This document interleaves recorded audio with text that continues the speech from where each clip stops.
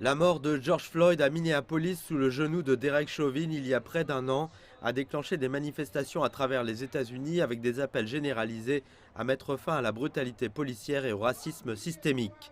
Selon le président Joe Biden, la mort de Floyd a changé les esprits et les mentalités. Et contrairement à son prédécesseur, Biden s'est engagé à placer l'équité raciale au cœur de son programme. He started off right. Il a bien commencé, il a choisi une vice-présidente noire. Il est en charge, son cabinet est très diversifié. Des femmes, des personnes multiculturelles. Alors il a commencé du bon pied et cela me fait dire que cet homme est en mission.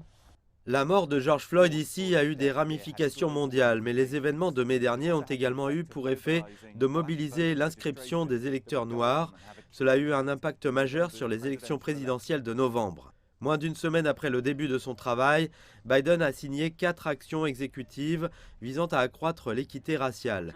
Il a appelé le Sénat à adopter la George Floyd Justice in Policing Act, qui interdirait entre autres les étranglements et mettrait fin à l'immunité qualifiée qui protège les agents de force de l'ordre de la plupart des poursuites civiles. Il est du bon côté de l'histoire. Joe Biden est du bon côté de l'histoire. Trump aurait adopté une position différente. Il était du côté de la police et Biden s'est rangé du côté du peuple. Un camion de poissons frais est livré à un supermarché du quartier chinois de Chicago. Bien que cela ressemble à un jour comme les autres, ici comme dans de nombreuses autres villes américaines, les crimes haineux contre les Américains d'origine asiatique ont augmenté. Le groupe de défense Stop AAPI Hate a déclaré avoir reçu plus de 2800 rapports d'incidents de haine dirigés contre des Américains d'origine asiatique aux États-Unis l'année dernière.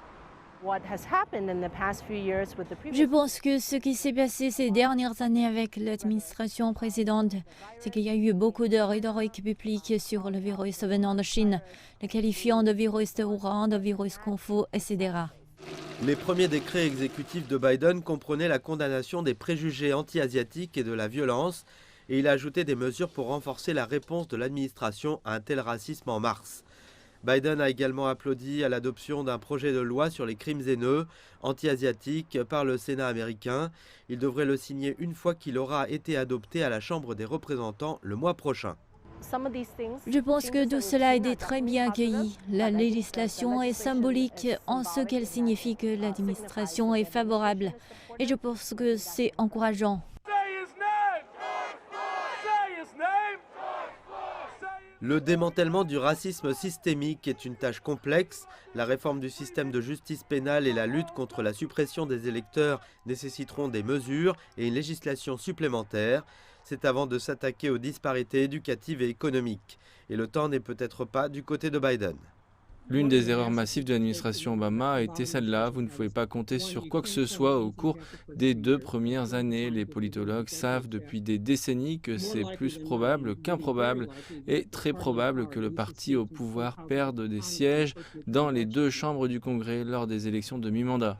Peu d'autres problèmes illustrent mieux l'écart entre les administrations Biden et Trump que leurs approches respectives des questions raciales. Mais les experts avertissent que le temps presse si Biden veut réaliser un changement significatif.